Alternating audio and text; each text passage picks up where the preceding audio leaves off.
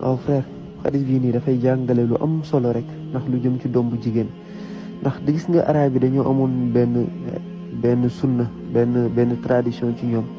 mooy auparavant rek ku ci juróom doom rek mu nekk jigéen da nga koy rey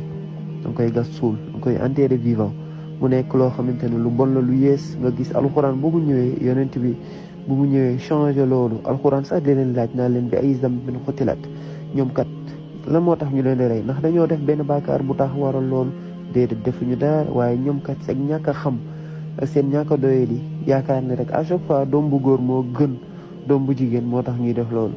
yonent bi sallallahu alayhi wasallam jàngale ci xadis ni ki nga xamante ni kat moo am ay doom yu jigéen moo am ñaari doomu jigéen yar leen ba ñu dem ba majeur mu yar leen ci diine yar leen ci njub kooku de li nga xamante ni moo dox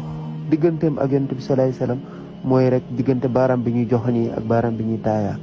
loolu moo dox digganteem ak sang bu tedd bi